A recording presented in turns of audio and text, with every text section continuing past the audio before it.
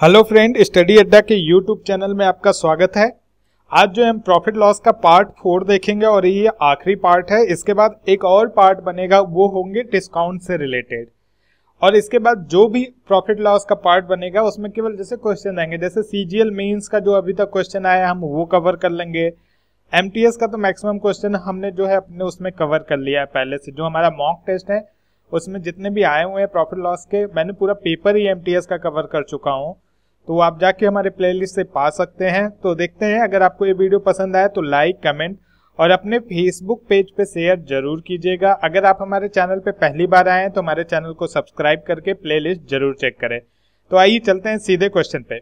देखिए, ये क्वेश्चन मैंने पार्ट 3 में आपको बताया था और बोला था कि इससे भी एक छोटा ट्रिक है, लेकिन उसके बाद क्या हुआ, जैसे सवाल खत्म हुआ दिमाग से उतर गया और नेक्स्ट क्वेश्चन पे चला गया। जब वीडियो रेंडरिंग हो रहा था तब पता चला। देखते हैं उससे छोटा ट्रिक क्या है। देखिए क्या बोल रहा है, एक घोड़े को उसने 20% हानि पर तथा दूसरे घोड़े को उसने 15% लाभ पर बेचा। तो 20% हानि मीन्स क्या हुआ, 80 रुपए, और 15% प्रॉफिट मीन्स 115 हुआ। मीन्स आप ये बोल सकते हो कि एक घोड़े को उसने 80 रुपए में बेचा और एक घोड़े के 115 में। अब यहाँ पे ट्रिक क्या, वहां पे मैं आपको लॉजिक बता दिया था, यहाँ पे ट्रिक देख लीजिए। इसको इंटरचेंज कर दीजिए। ये आपका पहले घोड़े का वैल्यू कितना हो गया, 115, और दूसरे घोड़े की वैल्यू 80। ये क्या है, ये सेलिंग प्राइस है। जब इसको इंटरचेंज कर देंगे तो ये कॉस्ट प्राइस आ जाएगा।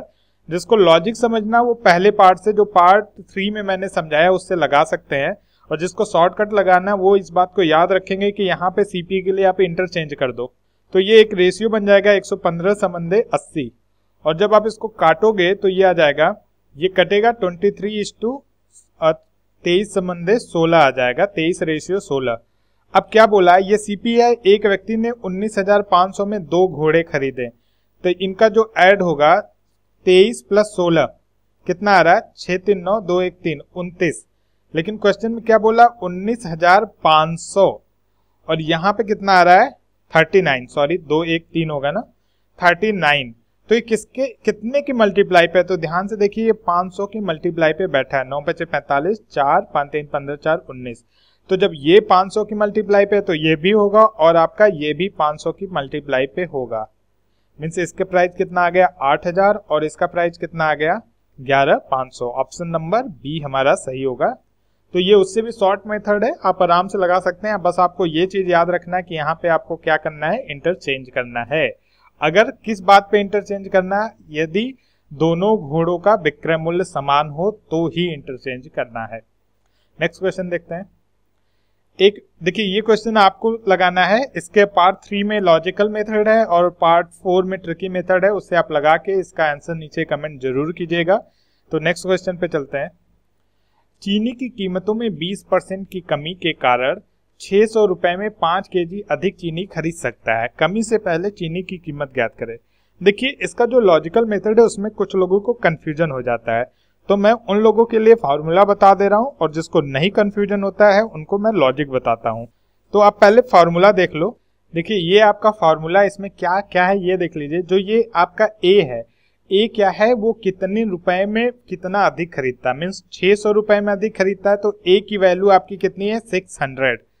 एक्स की वैल्यू क्या है, कितने किलोग्राम वो अधिक खरीदता है, तो एक्स की वैल्यू 5 केजी है। यहाँ पे आपको एक बात ध्यान रखना, अगर वैल्यू 500 ग्राम दिया रहता तो उसको 1/2 केजी लिखेंगे, न कि 500 ग्राम लिखेंगे। 500 ग्राम लिखेंगे तो आंसर गलत हो जाएगा। और y की वैल्यू क्या है, कितने % की कमी या अधिकता के कारण हो रहा है, तो y की वैल्यू 20% है, और कमी हो रहा है तो माइनस लेंगे, और अधिकता होता ज्यादा होता तो प्लस लेते हैं। बस इक्वेशन बना दीजिए, 600/5 गुणे 20, 100 माइनस क्या, माइनस लेंगे 100 - 20 = 80। अब आप इसको काट सकते हैं, 2 चौके 8, और ये कट के कितना आ गया, 30। हमारा आंसर आ गया 30। ये प्रारंभिक मूल्य का फार्मूला है, और सेम वैल्यू के साथ ये परिवर्तित मूल्य का फार्मूला है। तो जिसको फार्मूला याद करना है वो याद कर सकते हैं। अब देखते हैं लॉजिक।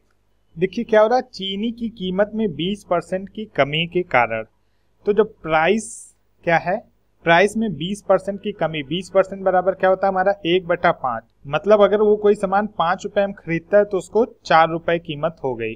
पहले अगर उसकी 5 रुपए कीमत थी तो अब कितनी हो गई, 4 रुपए। कमोडिटी क्या होगा, कमोडिटी मीन्स सामान कितना खरीदा, उसने कितना सामान खरीदा, तो इसके लिए हम क्या करेंगे, देखिए प्राइस और अगर किसी चीज का प्राइस बढ़ता है तो लोग सामान कम खरीदते हैं, मतलब क्या होता है, ये चीज जो है आपकी रिवर्स हो जाती है। तो हम कमोडिटी कैसे निकालेंगे, हम 4 को इधर लिख देंगे और 5 को इधर। तो ये हो गया लॉजिक। अब इसमें देखिए, तो इससे आपको क्या पता चलता है कि देखिए 4 से ये कितना हो गया 5, कितना वैल्यू बढ़ा, 1 वैल्यू बढ़ा, 1 वैल्यू।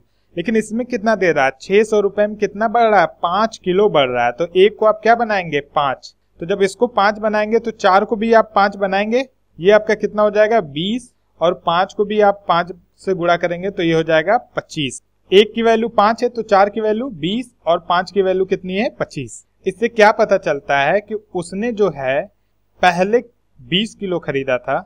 तो देखिए इससे क्या पता चलता है, उसने टोटल कमोडिटी पहले 20 किलो खरीदी थी और बाद में 20% की कमी के कारण उसने कितना खरीदी थी 25 किलो।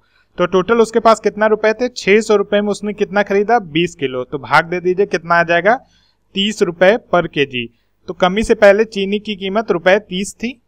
अगर पूछता बाद में, तो बाद में उसने कितना खरीदा 25, तो अब 25 से आप इसको भाग दे देते हैं।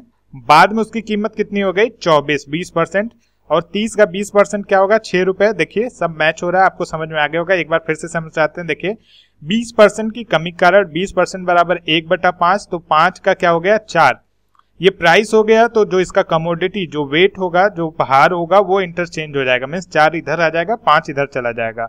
तो 4 से वो 4 किलो अगर पहले खरीदता था तो बाद में 5 किलो खरीदने लगा, मीन्स डिफरेंस कितने का है 1 किलो का। लेकिन क्वेश्चन में क्या बोल रहा है, डिफरेंस 5 किलो का है। तो इसमें क्या करेंगे 5 से गुणा करेंगे, तो 4 में भी 5 से गुणा करेंगे 20 हो जाएगा, 5 में भी 5 से गुणा करेंगे कितना हो जाएगा 25।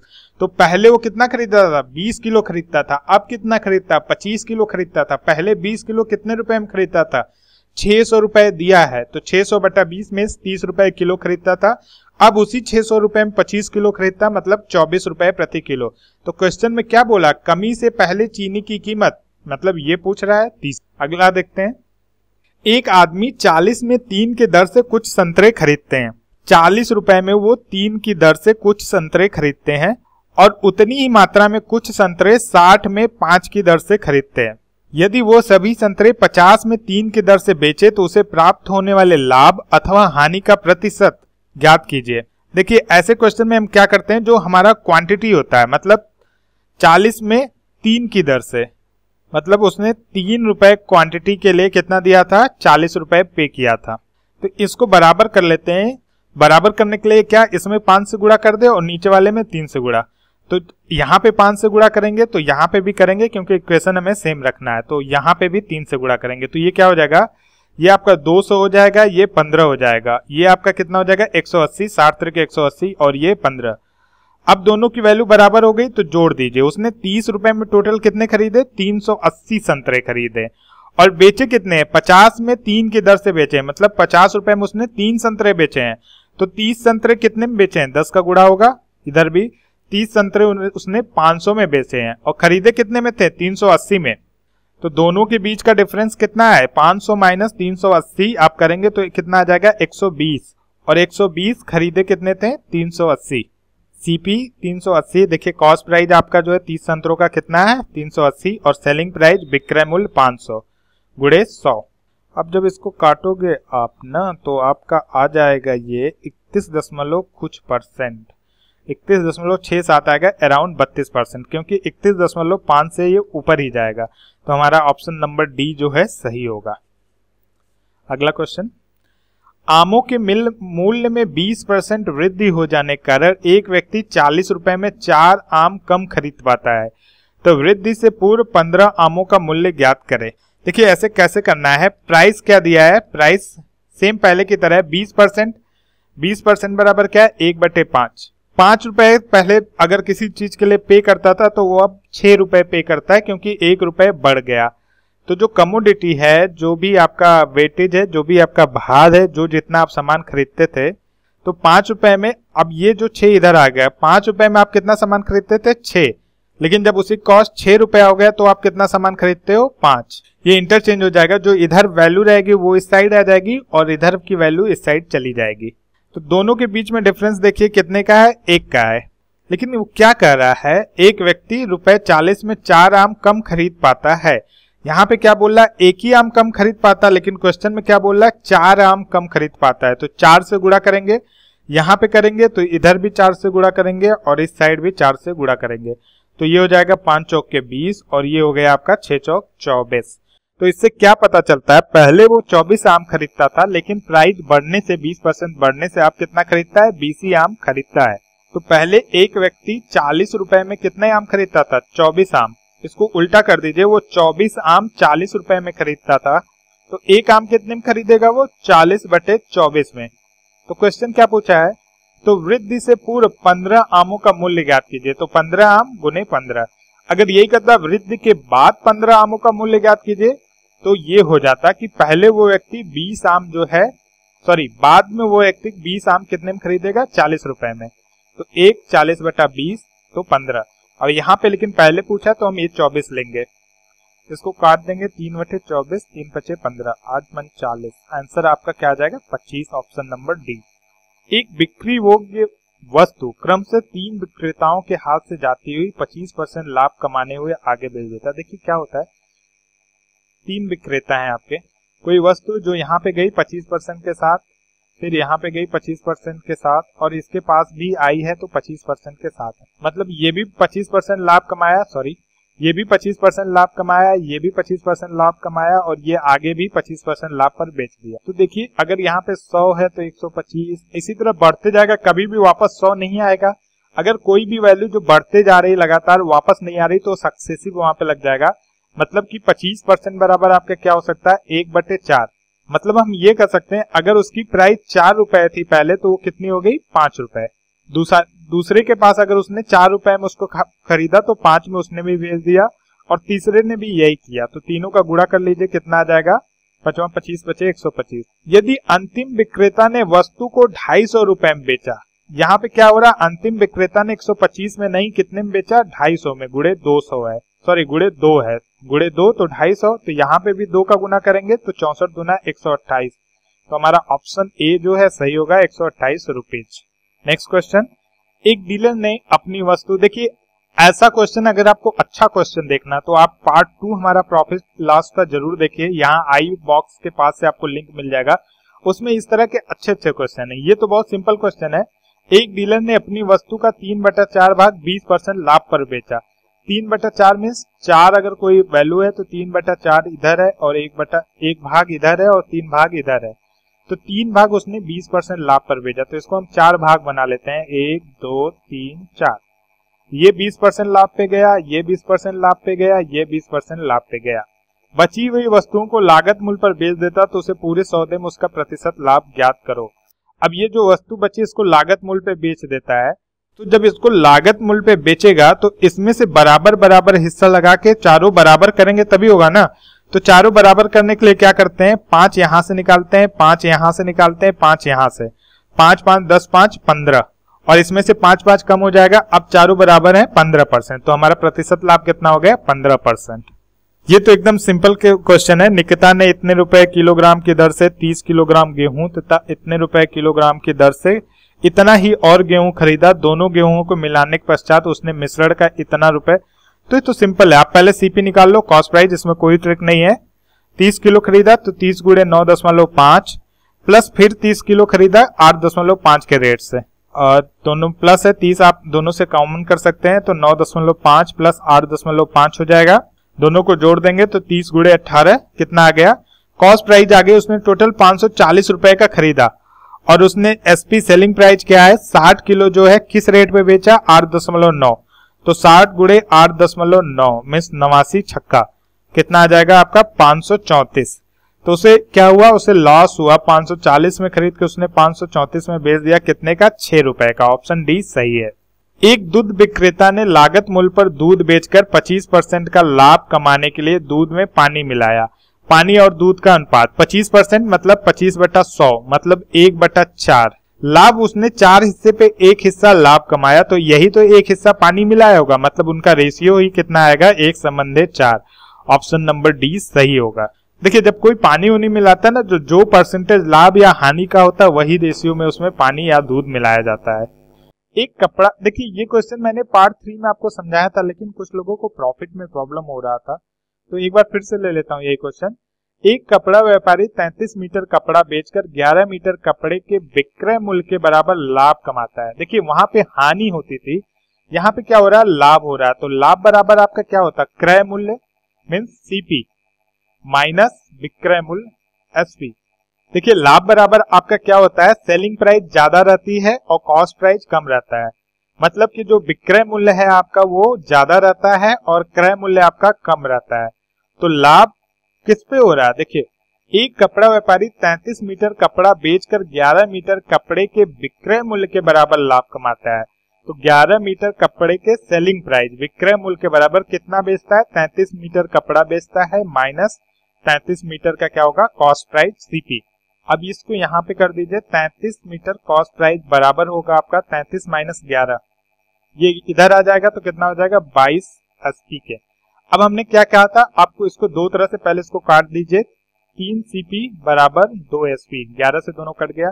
अब इस पॉइंट को आप दो तरीके से सॉल्व कर सकते हैं, पार्ट 3 में मैंने आपको बताया था, या तो आप इसका एलसीएम ले लीजिए या तो इसको इसी तरह इंटरचेंज कर दीजिए। मतलब कि एक प्रोडक्ट का दाम 2 रुपए का कॉस्ट प्राइस है, मतलब 2 यहाँ पे कर दीजिए और उसने उसको 3 रुपए पे बेचा है, 3 रुपए सेलिंग प्राइस, ये 3 इधर कर दीजिए, ये 2 इधर। या तो आप ऐसे भी निकाल सकते हैं या तो पार्ट 3 के हिसाब से एलसीएम से निकाल सकते हैं।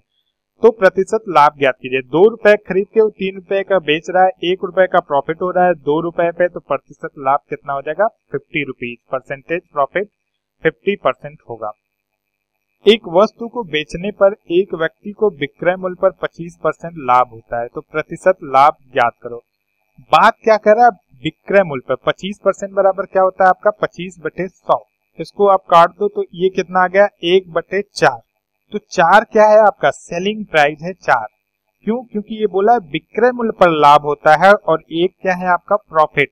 तो आपका क्रय मूल्य क्या होगा 4 सेलिंग प्राइस 1 प्रॉफिट, तो सेलिंग प्राइस से प्रॉफिट घटा दे तो सीपी आ जाएगा। तो हमारा सीपी कितना आ गया 3 रुपए, प्रॉफिट हमको पता है हमारा कितना है 1 है, ये देखिए हमारा प्रॉफिट हमको पता है 1 है।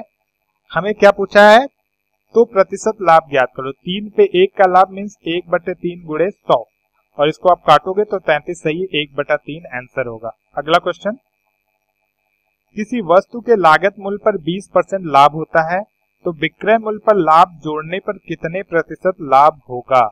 20% बराबर आपका क्या होता है 1/5, ये तो सबको पता है 20% बराबर 1/5 किस पे होता है, ये लागत मूल्य पे सीपी पे होता है। तो एसपी क्या हो जाएगा, ये आपका प्रॉफिट हो गया, तो सेलिंग प्राइस सीपी में प्रॉफिट जोड़ देंगे, कॉस्ट प्राइस में प्रॉफिट जोड़ देंगे, तो सेलिंग प्राइस विक्रय मूल्य आपका आ जाएगा। तो हमारा सेलिंग प्राइस जिसको कहते हैं विक्रय मूल्य कितना हो गया 5 + 1, क्योंकि कॉस्ट प्राइस क्रय मूल्य हमारा 5 था और प्रॉफिट लाभ हमारा 1, तो सेलिंग प्राइस विक्रय मूल्य हमारा कितना हो गया 5 + 1 बराबर 6।